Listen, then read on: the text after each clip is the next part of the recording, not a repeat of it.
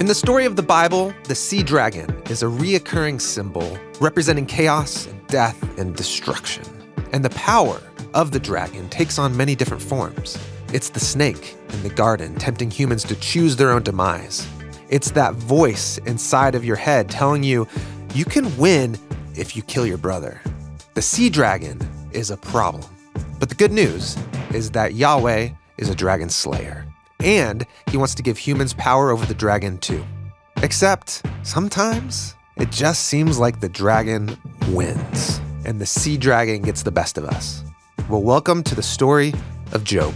What happens when the chaos dragon strikes our life? For Job, it takes a lightning strike in the form of bandits and raiders who come steal and kill and destroy, and then of a huge storm that knocks a house over that his kids are in, and they all die. How is the image of God supposed to process that? The scroll of Job explores what happens when a righteous person, someone who should be experiencing God's Eden blessing, gets their life co-opted by the dragon. And in the story of Job, God allows the accuser to do just that. The accuser or the opposer says, but how about this? Send out your hand to touch everything he has. Surely he'll curse you. And the Lord said, okay, deal. Let's test the faithfulness of my servant. For Job, and also for us, these moments when we've lost everything, when God is seemingly far away, it brings us face to face with some really important questions. Do God's people love and fear him for God's own sake, as an end in himself, or is God a means to some other end? Will any human enter into and maintain a relationship with God when the only thing to gain is God himself? Today, Tim Mackey and I talk about the sea monster and the story of Job. I'm Jon Collins, and you're listening to Bible Project Podcast. Thanks for joining us. Here we go.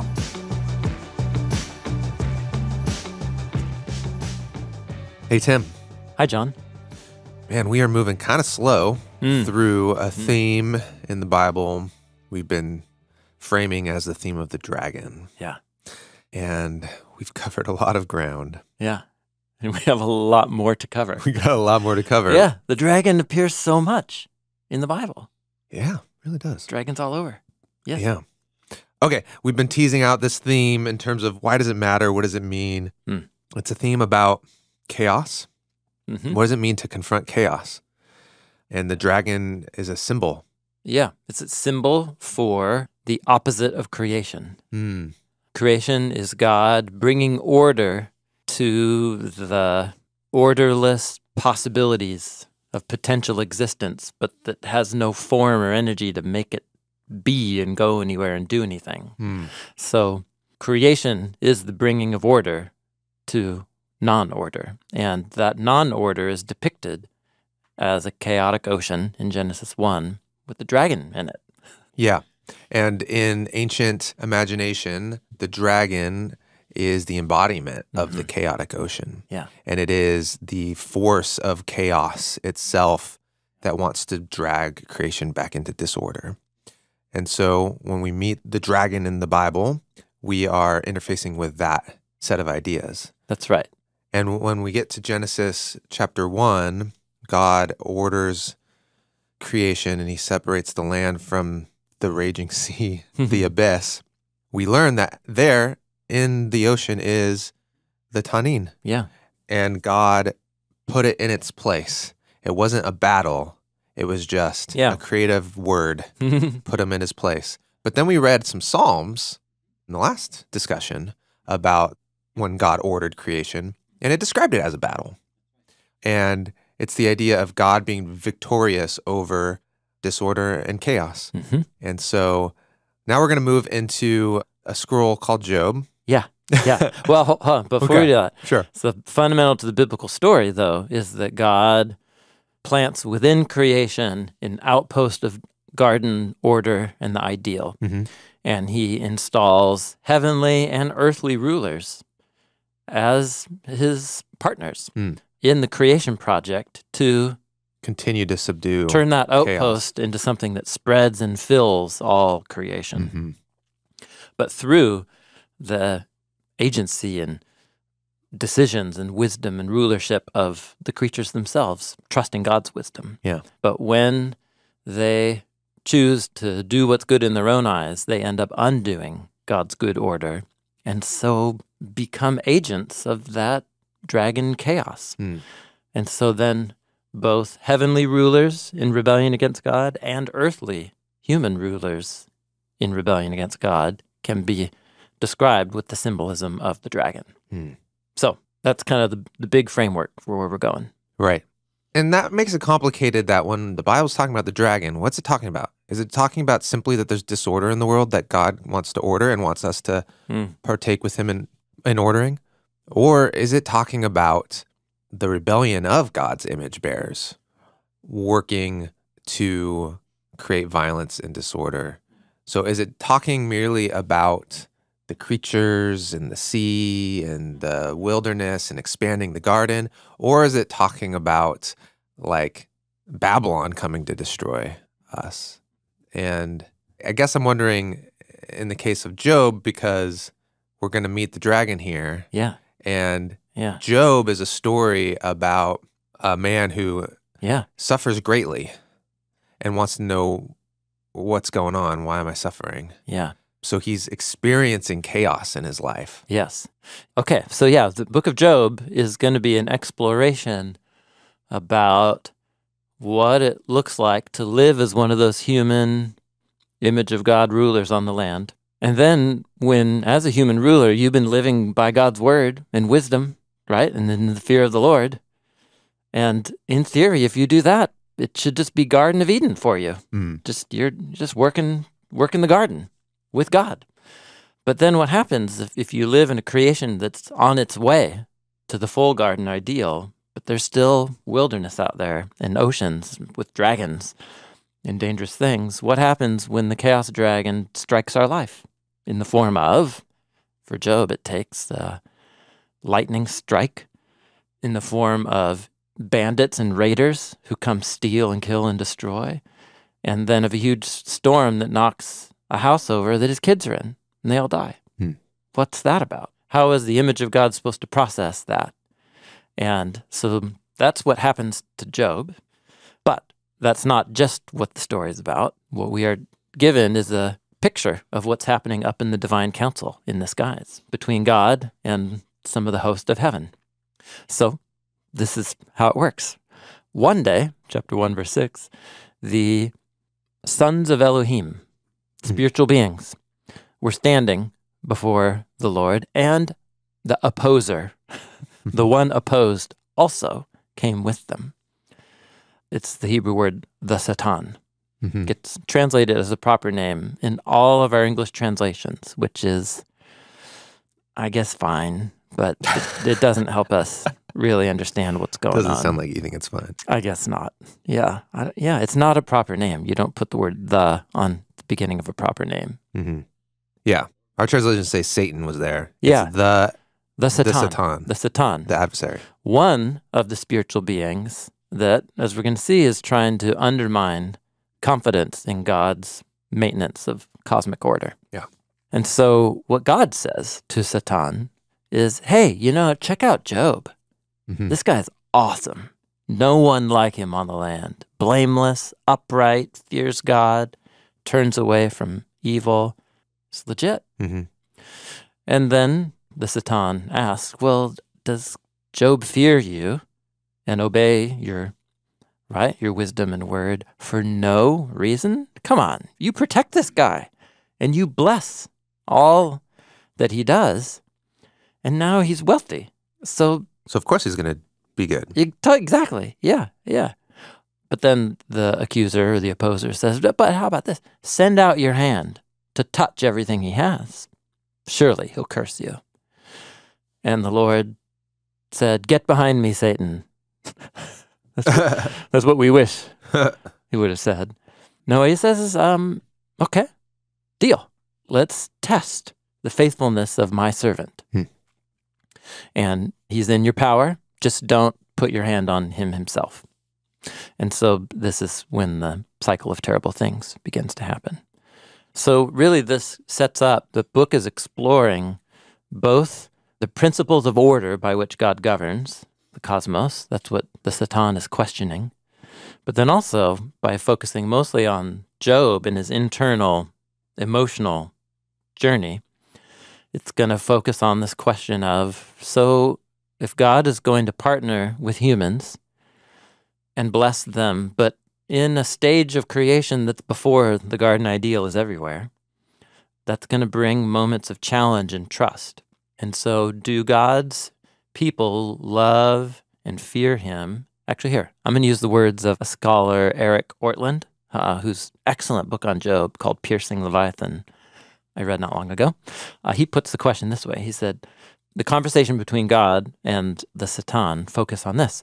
Do God's people love and fear him for God's own sake?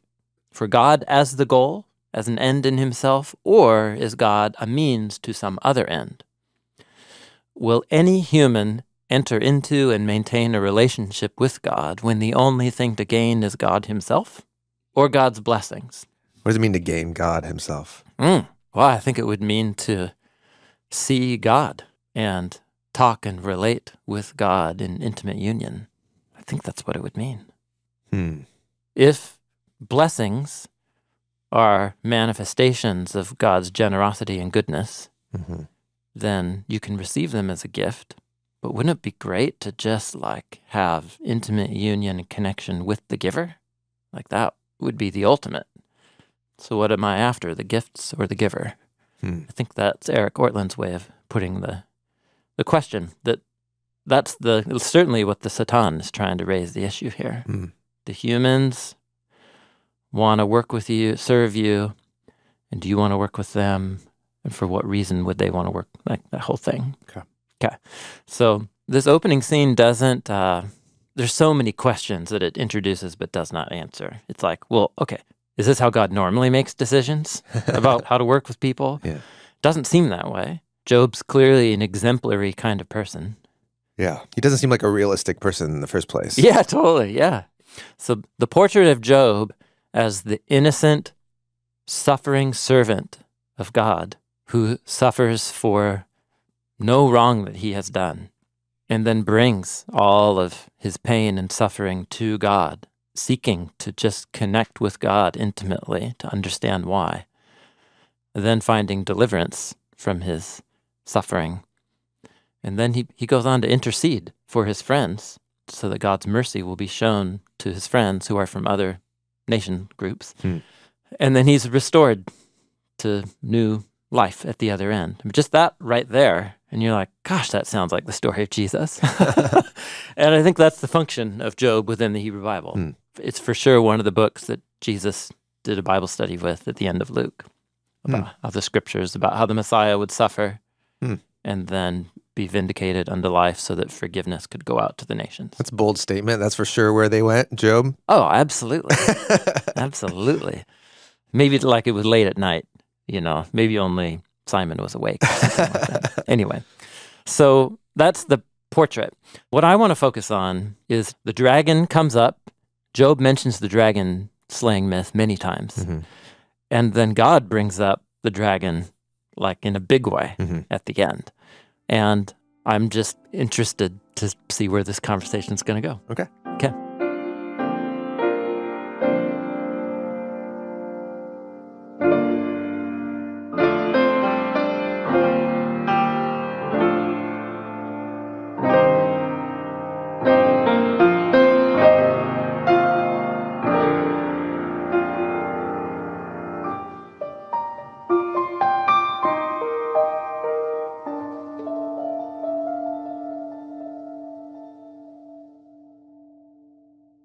So in his first speech after he suffers, he opens his mouth in chapter 3 of Job, and he curses the day that he was born.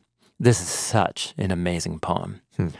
It's like an anti-birthday song, but sung in the key of Genesis 1 turned upside down. So he works through the different aspects of creation in Genesis 1, but asking for the reversal. And you can see it even in the first line. Let the day perish on which I was born, and the night that said, a man-child is conceived. That day, let there be darkness. Let there be darkness. Yeah. So it's the opposite of day 1 when God said, let there be light. It's the same phrase, but let there be darkness. So clever. But what he's saying is, if you conceive of Job's life as a little cosmos, let that be all undone. May God not seek it from above, nor may daylight shine upon it. Let darkness and deep shadow claim it. Let the clouds settle upon it. Verse 7, let that night become barren. Let a joyful song not enter into it. So may it not be able to produce any life, and anything that would even bring joy, like the birth of new life, may that not even enter into it. Verse 8, let those who curse the day curse it, those who are skilled at rousing Leviathan.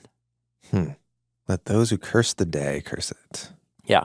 This is the day he was born. The day he was born, yeah. So he's saying, I want other people, I'm cursing the day. Yeah. Now other people come and curse the day with me. Yeah, especially people who are really good at conjuring up the chaos dragon. Rousing Leviathan. Rousing. So this is and cursing. So he's referring to something that's really fascinating. Okay. So this is going to be nerdy. In, I forget when these were found, somewhere in the 20th century, at the archaeological site of Nippur, which is ancient Babylon, there were found loads of these things that are just called the Aramaic incantation bowls. So they are bowls that were shaped and written on by Israelites living in Babylon for the legacy of the exiles in Babylon. Many who stayed in exile and didn't ever go back. They built communities and lived there for centuries, many centuries. And so there's all of these bowls with Aramaic written in the bowls. And then when scholars started studying these, it's like magic spells or blessing spells, incantations. There's a whole Aramaic's the language from where? Well, Aramaic was a Semitic language spoken by the Semitic tribes up north in what today we call Syria. Okay. And then it became the language. Became the global trade language. The late Babylonian and then the Persian Empire, and it became a global language for a time. It was the first multinational imperial language under the Persian Empire. Okay. And then Greek took over after that. Yeah. So Jewish communities in Babylon spoke Aramaic. So in these Aramaic incantation bowls, there's all kinds of fascinating stuff, but there is one of them that reads as follows. I enchant you with the conjuring of Yam. Yam is a Canaanite deity. It's also the Hebrew word for the sea. So I enchant you with the conjuring of Yam and with the spell of Leviathan, the sea dragon. So this is somebody pronouncing a curse on somebody else and conjuring up the powers of the sea and the sea dragon against somebody that they're going to curse. Oh, okay. And this is a way to make someone's day really bad. Yeah. Yeah. May the sea dragon find you today. Oh, my goodness. Yeah. May the sea dragon find you. That's a great way to insult someone. Totally. May the sea dragon find you. So Job is referring to this practice. People who are skilled at rousing up the chaos powers of the sea dragon and unleashing them on a person. Oh, and he wants someone to do this to him. And he says, I wish somebody who was really good at conjuring up Leviathan would have unleashed it on my birthday so that I would have never been born. So he's wishing the undoing of his cosmos by means of darkness instead of light and by means of the sea dragon. So it's both very creative in terms of literary and hyperlinks, but the emotions that it's expressing are so raw, so deep. Why? If suffering like this is a part of what it means to live in this world on the way out of chaos into the garden ideal. But man, if this is the price of what it means to be on that journey out of chaos to the garden, I'd rather not. That's how he feels right now. I'd just rather not do it. I wish my existence would have never happened. It's a dark place. Yeah, it is. And it's very honest. It's very honest. So maybe it's just good to pause and say this type of honest response, it's not the only thing Job says. It's not the last thing he says, but it is part of what he says. And this is in the Bible, coming from the mouth of someone who's presented as a model of what it means to suffer.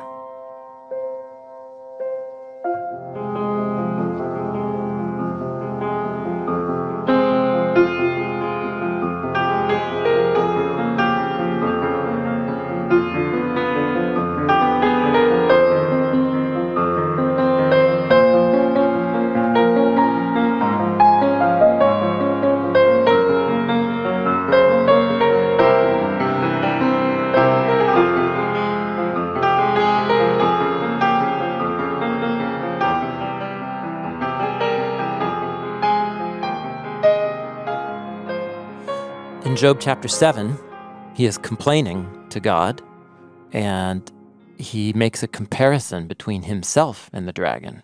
This is interesting. He says in verse 11, I will not keep silent. I'm going to speak out of the anguish of my spirit. I'm going to complain in the bitterness of my soul. He's going to talk to God right here. He says, listen, am I Yam? Am I the sea? Am I the sea monster of the deep that you have put me under guard? Right, and because clearly the setup of the story is no. He is not doing that. Right. Yes. In fact, while almost all of us do that constantly, here's a guy that's not doing it. Yeah, of anybody, of any human. Yeah. Yep, that's exactly right. Yeah. So, am I your cosmic enemy? Mm-hmm. I thought I was an image-bearing partner of yours. Yeah. To work with. So that's a kind of a clever use. First, he mentioned the dragon as the cosmic enemy that he wished would have consumed the day he was born. Now he's just saying, listen, is it me? Okay. This one in chapter 9 is wild. He's lamenting at this point. He's talking to his friends and getting exasperated with them. And he's complaining that even if he could get in front of God and plead his case, and say, listen, God, you know I'm innocent. He's afraid that God's so overwhelming in power and might and splendor that the moment he saw God, he would just forget everything he wanted to say. Okay. Sorry, for some context, Job in his suffering is visited by some friends. Yes, yeah. And the friends are these people from all these other nations. Yeah. And they're trying to tell Job, look, you're suffering for a reason. Mm-hmm. There's got to be a reason. You did something wrong. Yeah. And Job is just like, no, I know I haven't. Yeah. And we know as the reader of the story that he hasn't. That's exactly right. And now he's here going, but even if I could talk to God to tell him that I'm innocent, how would that go? Yeah. Okay. Yeah. So he says, even if somebody wanted to dispute with him, they could not answer him. Not one time out of 1,000. Right. So Why? You're telling me there's a chance. Why? Because his wisdom is profound. His power is vast. Who can resist him and come out unharmed?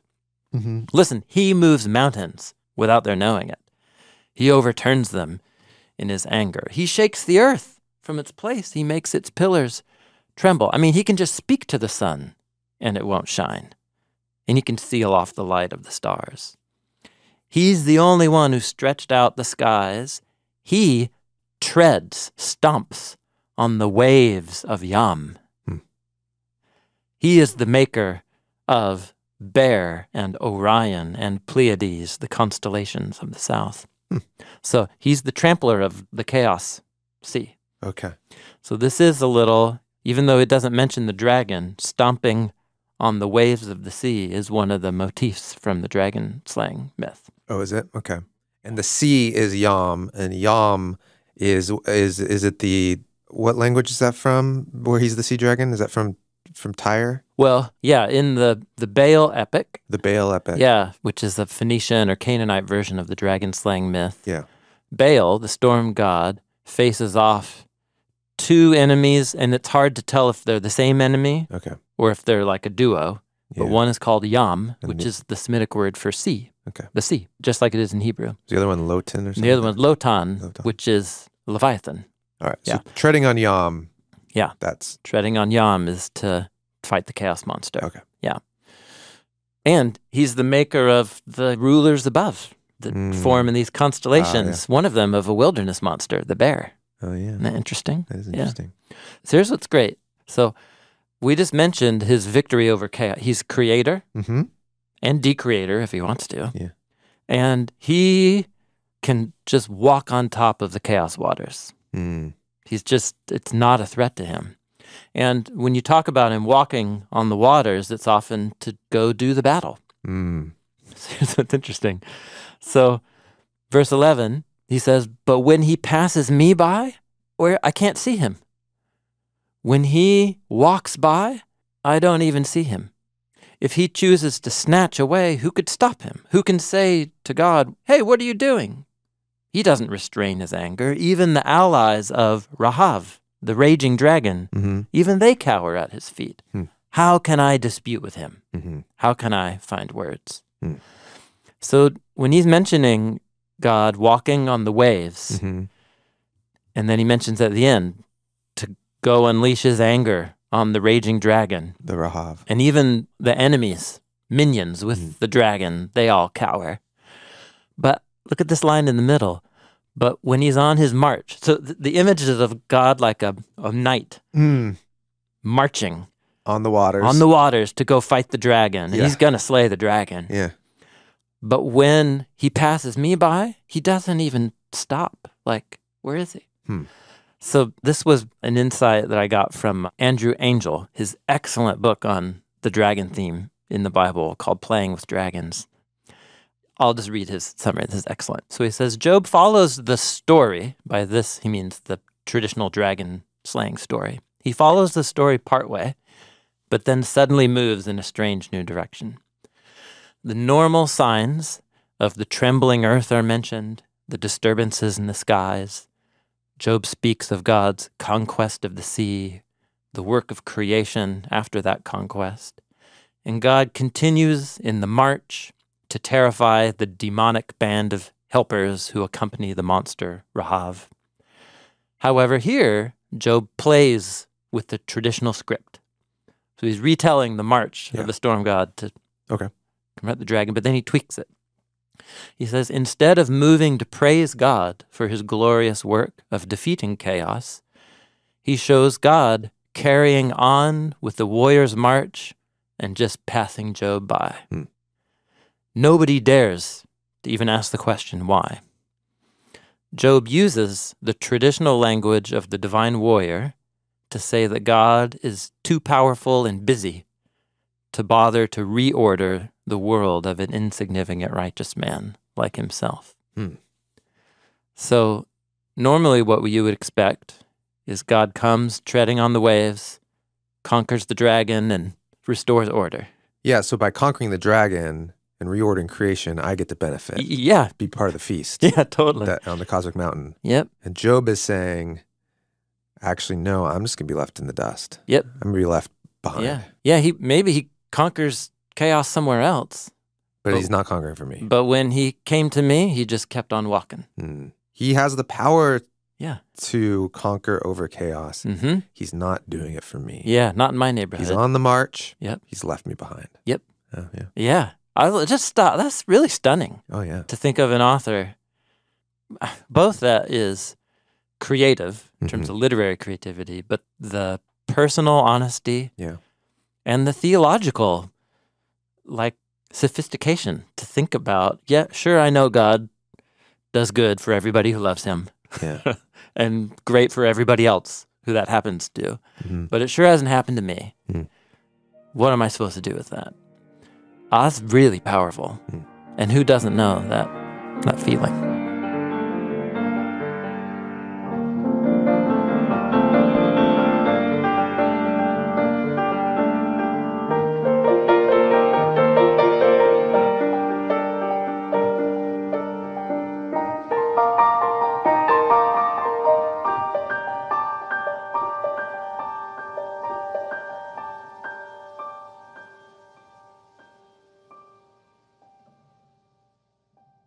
Let's just look at one more. This is from chapter 26. So this is actually similar to that previous one. He is going to, starting at verse 5, talk about how all of creation is in awe of the creative power of God and of his might and his majesty. And he's going to use creation imagery to talk about it. He's going to talk about how, in verse 6, the grave, even the grave, is naked before him. There's no covering in death.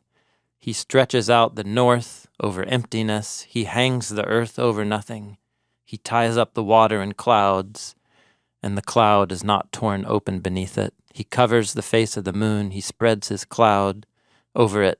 He describes a circle on the face of the water between light and darkness. Are you tracking with any of this? What is happening? What he's saying is even the most empty, what you think are lifeless, uninhabitable realms of creation are all accessible and open before him. So the grave, death, the farthest extent. So if you look over the ocean, as far as you go, there's a line where the sky meets the water. Okay. And what's that line? Right. What's out there? And if you push into that line, what's there? Yeah. And God's the one who inscribed that line between light and darkness. He's the one who made that line. It's fully available to him. Okay. So by his power, verse 12, he stilled the sea.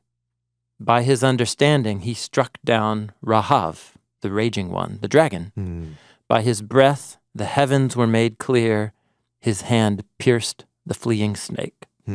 But look, these are just the outer edges of his ways. This is just like the periphery. Yeah, the periphery. And with this language of the outer edges, he's kind of playing with his creation imagery of like what happens on the horizon. So whether it's creating the realm of order by drawing the horizon line that's like surrounds us, or by defeating the sea dragon that is the rival of creation, these are the outer edges of his ways. But you know what? How faint is the word that we ever hear about him. Okay, again, like he's out doing this, but in somewhere else, he's left me behind. Yeah, exactly right. Okay. Yeah, that's the basic idea. Yeah. I wish he would do some of that dragon slang in my neck of the woods. He's out doing that Yeah. out at the horizon. Yeah. Here I am, but I've been left behind. Yeah. So where Job ends up going is he becomes convinced that God must be a moral monster. That's the only conclusion he can come to, that God is unjust. Wow, he goes to a dark place. Yeah. Multiple times in chapter 9 and 12 and 16. So he just says, there's no resolution here except that if I could just talk with God face to face. And he kind of stops talking to the friends, and his speech is turned into prayers. And eventually he gets his wish. God comes and delivers 2 speeches to him, and Job gives 2 responses. And the 2 speeches, oh man, this is a whole universe. This could be many, many hours of conversation, and perhaps they should be. The first speech begins with God. Well, first, God answers Job out of the whirlwind, out of the storm. He's a storm god. So already we're echoing the dragon slaying story by he appears in the storm as the storm god. But Job never disputed that God has the power of the storm god. So he is really stern with Job and says, who is this who darkens counsel with ignorant words? They call me a moral monster. Yep. Gird up your loins, that is, tuck your shirt into your belt and get ready for action, like a man. I'm going to ask you some questions. And how about you teach me some knowledge? Where were you when I laid the foundations of the land? It's the first line of a long poem about, and it's all about the ordering of the cosmos. And all the questions are not assertions. In other words, they're not, you were not there when I laid the foundations. You were not around when I ordered the land. They're questions. It's as if God's inviting Job to really think about the fact that he wasn't there. As if inviting Job to come to his own conclusion. Then God goes on a long speech to talk about how he's intimately involved with all of these wild animals of like mountain donkeys and lions and eagles and ostriches and their eating habits and their reproductive habits and where they sleep and there's all this stuff. And he's just like, do you know where the donkey likes to hang out and get wild grass? Because he's been accusing God of, you might maintain order everywhere else, but certainly not in my neck of the woods. Mm-hmm. It's as if you've completely forgotten. Mm-hmm. And God's response is, no, I'm intimately aware of every square millimeter of my creation. By saying, I care about where the donkey eats, of course I care about you. Is that the idea? Mm-hmm. Or, of course, I know about and am aware. Okay. Like, your situation is not unknown to me. I see. I haven't passed you by. I haven't passed you by. You're not in my periphery. Mm-hmm. I may seem like I'm in your periphery. You're not in my periphery. Yep. Okay. That's good. Yeah. The first is about God's creation and maintenance of cosmic order. Mm-hmm. Job's accused God of cosmic mismanagement. And the questions get him to say, like, oh, okay, I've kind of overstepped my bounds. The animals are about God's intimate care and knowledge for every creature and square inch. Implication, including Job. So Job's response to that first speech is as follows. He says in chapter 40, look, I am insignificant. What can I reply? Mm-hmm. I put my hand over my mouth. I spoke one time, or 2 times even, but I won't say anymore. Okay. He's like, yeah, you got me. Yeah. So the question is, why does God need to give a second speech? That is a good question, because this should end it. Yeah. Job retracts his accusations against God and recognizes, like, I'm nothing. I shouldn't have said any of this. I'm sorry. Actually, he doesn't say I'm sorry. What he says is, I'm insignificant. I shouldn't have spoke. I'm not going to say anymore. So the question is, what is God after? What's he looking for from Job that he feels like he needs to give a second? Isn't that an interesting way to ask? Yeah. Again, that was Eric Ortland's book. Where for him, because the structure of these speeches is God speaks 2 times and Job speaks 2 times. So what does Job's second response do that he doesn't do in this response? And what does God's second speech do that he didn't already do in the first speech? Okay.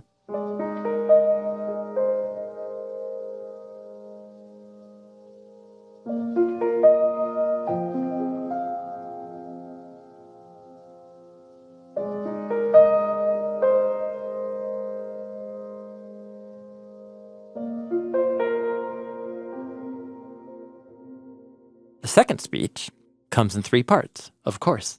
And the second speech begins with a question like this. Listen, do you have an arm like God?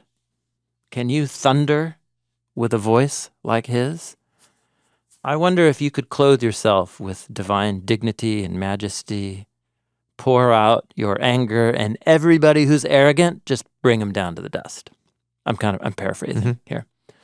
Like, yeah, go ahead, Job. Everybody who's proud and arrogant, just tread down the wicked where they stand and hide them in the dust. If you could do that, I will confess to you that your own right hand can save you. So this is all about the arm of God and how God treads on and his arm brings justice on his enemies. Mm-hmm. This is all the language of the dragon slaying story. Is it? Mm-hmm. God's arm, and then God treading, stomping on, and then reducing to death. Okay. These are the things the storm god does. Okay. But here it's to human dragons, as it were, human enemies, the proud. So if you could, the implication is if you can do what I do, then I'd be glad to recognize that fact. So what God doesn't say is, listen, I actually do bring cosmic justice. And I do it every day. I do it all the time in different ways. What he asks is, can you bring about the cosmic justice that I do? So it's a backwards way. Sure. But it does seem a bit silly because Job is not claiming to be able to do cosmic justice. He's just complaining that God's not doing it. That's right. For him. For him. Yeah.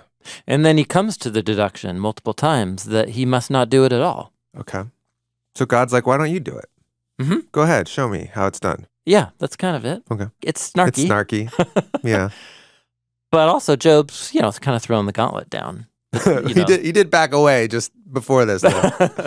Yeah, that's right. So what is God looking for here? Yeah. He really What's he wants after? Job to know, not just does he hold cosmic order, he does establish cosmic order. He is aware of every square inch of creation. I really do bring cosmic justice regularly, and you're not able to. Okay. So let's just get that clear. Okay. All right. Okay. And then the next two speeches are, Yeah, here we go. One is about Behemoth, and the other one's about Leviathan. Long speeches Yes. about these two creatures. Behemoth is not too long. It's about 10 verses. Okay. Leviathan is super long. Yeah, that's right. So Behemoth is not the name of a species in biblical Hebrew. It's the word behemah, which just usually refers to cows or cattle, Oh, okay. but it can refer to just large land creatures. All right. But behemoth is the plural, but it's referring to a singular beast. Cows. In Hebrew, you can make a noun into a plural and not always mean many of those things. It can be like a heightened or intensified version of one thing. Oh, okay. So, yeah, some The sort super of cow. super beast. Super beast. Superfield beast. Yeah, totally. And again, I'll recommend Eric Ortland's book, Long History of People Trying to Tie These Two Creatures Down to Hippos or wild ox or crocodiles or something like that. Right. But they have to shoehorn in some ways because the behemoth also has tailed like a cedar tree. No hippo. Yeah, they got tiny little tails. Yeah. Whereas cosmic, huge, giant, multiform, like oxen, lions, are very much a part of the ancient Eastern imagination in our work. So many people have made the case that we're taking the dragon and now we're bifurcating the dragon into two, a land version and then a sea version. Oh. Well, we have a land version though. It's the snake. Yes, that's right. And this would be yet another land version. Okay. But what we're doing is we're taking like the lion, the bear, the oxen. I see. Okay. And we're just merging them together. the super beast. Yeah. Yeah. So the key is verse 19, where God says, He is the Reshit, the beginning of the ways of Elohim. Reshit can also refer to the first fruits or the first in rank. Like when it comes to land beasts, this creature like wins every contest. Yeah? Yeah. Let his maker bring near his sword. Well, actually, here, let. This is one way to translate it. NIV reads, yet its maker can approach it with his sword. So God is the one who made it, and it's even chief among all the creatures of the ground in God's eyes. But God could take it down. God is the one who can come at it with a sword. Yeah. So this is implicit of a divine combat with the monster. But only God is the one.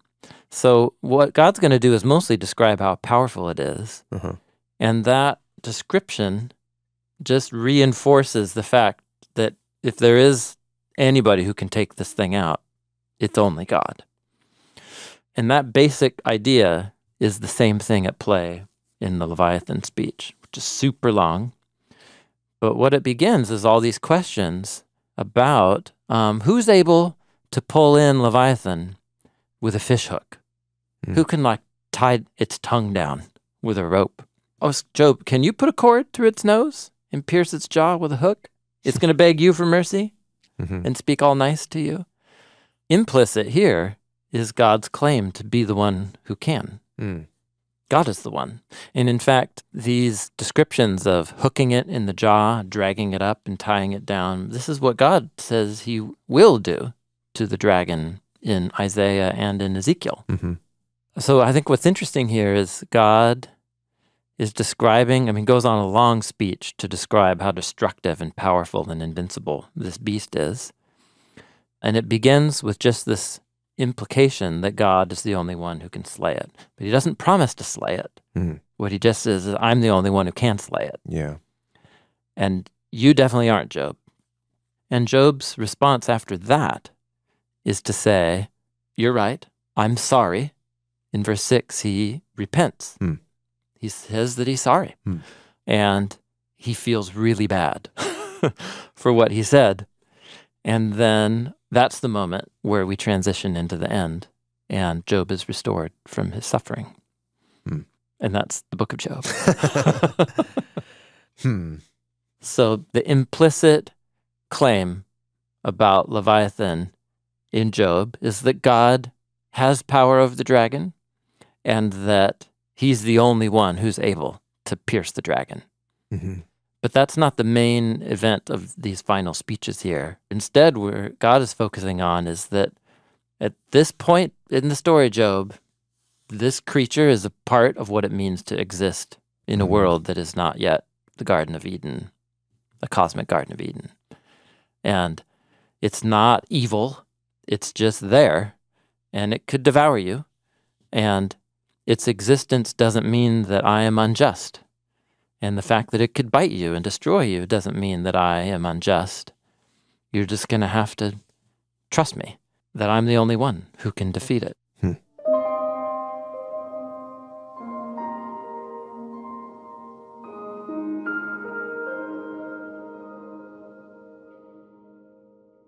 The book of Job never says what any of us quite want it to say.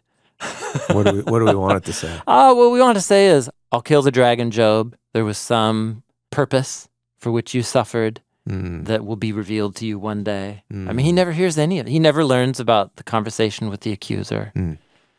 So the reader, we know that there's some test. This is a test of God's righteous servant, whether he will suffer in trust. And he passes the test by recognizing what? By recognizing that he shouldn't have accused God of mismanagement, accused God of being a moral monster. He should have trusted that there was some reason, even if it was beyond his reason. But the book, even the author of Job, doesn't give us what the reason is. Like the conversations with the Satan at the beginning don't tell you what the reason was. Just tell you that God decided it was okay to test Job. Well, the reason was to see if Job was in it for a relationship with God or for the blessing. Yes. And the fact that Job, throughout his speeches, eventually just ends up talking to God. He just pursues God. In a way, it's even in his that's interesting. Frustration with God, it drove him closer to God. I see. And it proves that he was actually in it for God. For God. Because his last request is, if I could just see God and talk to him. Okay, hold on. That gave me shivers. Whoa, really? Yeah. Oh. So you're saying that what it looks like Job is doing is he's wallowing in his anguish, and then he starts accusing God of mismanaging the cosmos, and you just feel like, oh man, I wish Job could have just been more like, you know what, I'm going to trust God, and there's a reason for my suffering. Yeah, like Jesus. Yeah, like Jesus. Like a confidence and trust. And so you almost feel like the problem is the way he's dealing with his anguish. But there's this really interesting thing you just point out, which was in his anguish, he never said, I'm done with God. He said, I need a moment with God. Yes. That's what I need. Yeah. And it becomes his obsession. And even though he thinks his moment with God is he's going to have to tell God, like, look, you're screwing things up. Yeah. The fact that he was still trying to have that moment with God. Yes. And that it led him to that. And when he had his moment, he immediately is kind of like, I just need to be quiet. And then, you know what? Actually, I forgot the most important part. His second response is, my ears had heard about you, but now my eyes see you. I reject what I said, and I repent in dust and ashes. My eyes see you. And Job knew a lot about God, clearly. But it's like everything he knew about God just becomes like secondhand information. Because like now I can see. And every category I had was like, feels so infantile now. And he's at peace. And that's what he wanted, was to see God, to just have an encounter. I think the shivers were like when you know that person, you've had that friend, or maybe you've been in this place yourself, where it's like a lot of people have confronted the problem of evil, and then they're just like, man, I'm losing hope in God. In fact, like I just don't get it. I don't know if I can trust him. Like this is a big problem. And then it can go one of two ways, I guess. It could just be like, and then I'm done. But it could also be, I need a moment with him. I need to like work this out with him. And those two things, maybe it's hard to see what's really going on with someone from the outside. It might look the same. Yeah, sure. Yeah, Job looked like a mess, and he was clearly pretty angry as he sat on the dust heap. You could write him off. You could be like, well, Job's not in with God anymore. That's certainly what his friends think. Yeah, that's what his friends think. Yeah. But what God was after was like, does he really want me, or does he want the good thing?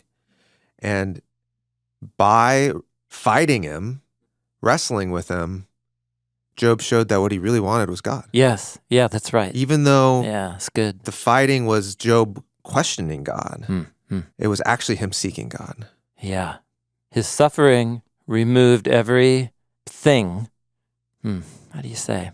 Right, you couldn't point at Job and be like, you know the reason why he's still trying to get attention from God is because God's giving him good things. That's right. He doesn't have any like nice thing that he can point to anymore and say, that is the thing that shows me God's goodness or connects me to God in some way. Right. He's got nothing. The only thing he has left is his longing and his frustration that drives him his quest for an answer, and his quest to reconcile who he thought God was and who God seems to be for him right now. Yeah, God seems to take that as the search for God. Yeah. And God honors that.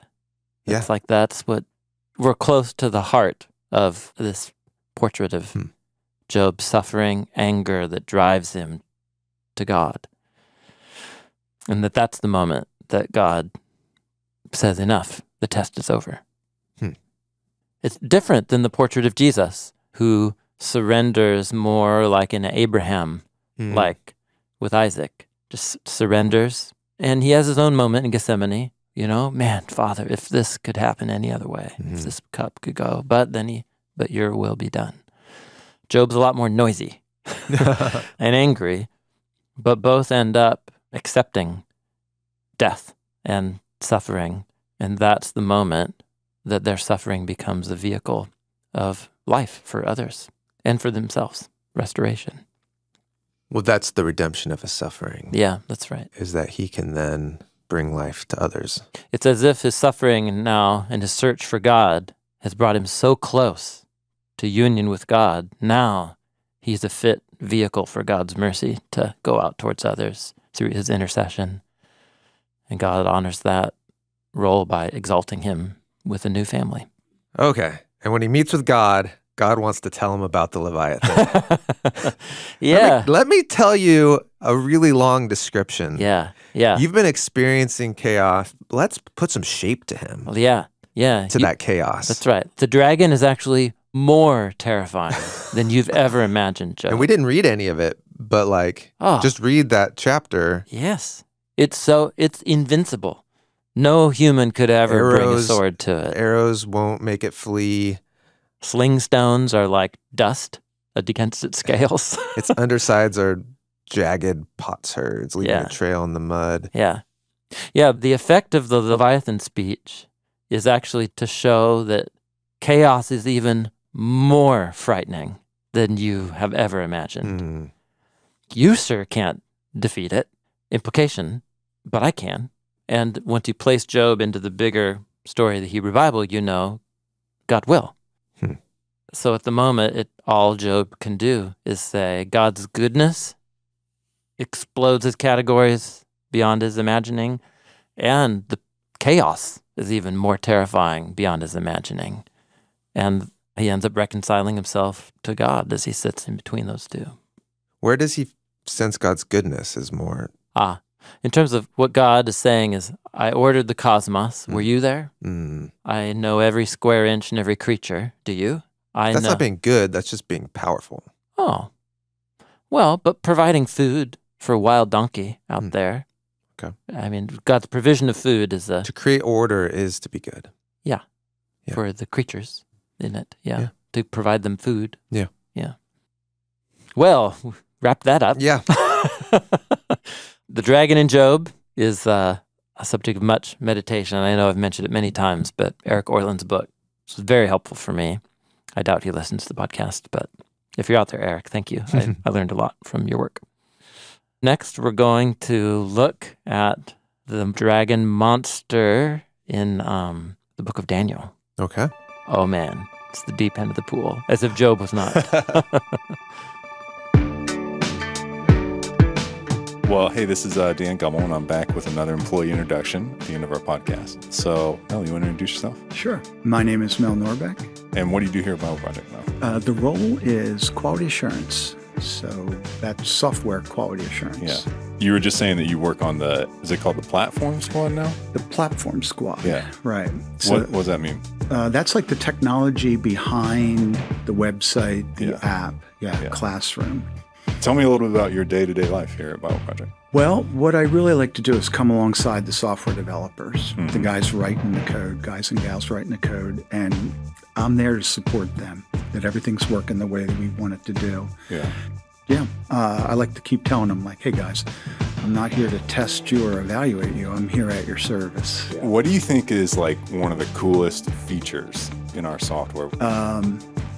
Classroom's pretty awesome. Classroom's cool? Yeah. Well, what's a specific feature in that like you could describe that is pretty cool to you? Well, I don't test Classroom directly. Okay. Just how well like it tracks where you're at and being able to pick up where you left off, and then like the ability to look at the written material alongside watching the video. Because I mean, you just mentioned you've been in a lot of organizations over the years, and you feel like BibleProject, in terms of the way that they're embracing and respecting cutting-edge technology, you feel like is really impressive to you? Yeah, it definitely is. Yeah. We like on the back end, on the platform. Yeah, we use some pretty, I think pretty advanced technology. Tell me a little bit about your life outside work. All right, married, father of 3, married to Laurie, my better half for sure. 30 plus years now. Wow. Yeah. It's a big deal. It is a big deal. Yeah. Sure. Empty nesters, they're all gone. So grandson now. Oh, really? Yeah. Oh, is that fun for you? Oh gosh, love him. Yeah. He comes over, sleeps over a lot, like on the weekends. Oh, that would be fun. Yeah, and we really going over to Grandpa's on the weekend. Yeah, we really look forward to it. We look forward to seeing him and everything. Yeah. What do you do on the weekend with him? Well, like this weekend, if I make it home in time, he wants to see that new Indiana Jones movie. Oh, okay. Yeah, so we'll take him to the movies. Yeah, we usually take him out to dinner. That is awesome. Yeah, that's what grandpas do, right? Yeah, that's right. Yeah. Is there anything you would want to say to our listeners, to our audience? I would just like to say thank you. Yeah. Yeah, for your continued support. We appreciate you. In conversations, I spent most of today here in Portland talking about the work that we do, and we are always talking about our patrons, our audience. We appreciate you guys so much for your support. Well, would you want to read our credits for us? Absolutely. That'd be great. Today's show came from our podcast team, including producer Cooper Peltz and associate producer Lindsey Ponder. Our lead editor is Dan Gummel. Additional editors are Tyler Bailey and Frank Garza. Tyler Bailey also mixed this episode, and Hannah Wu did our annotations for the BibleProject app.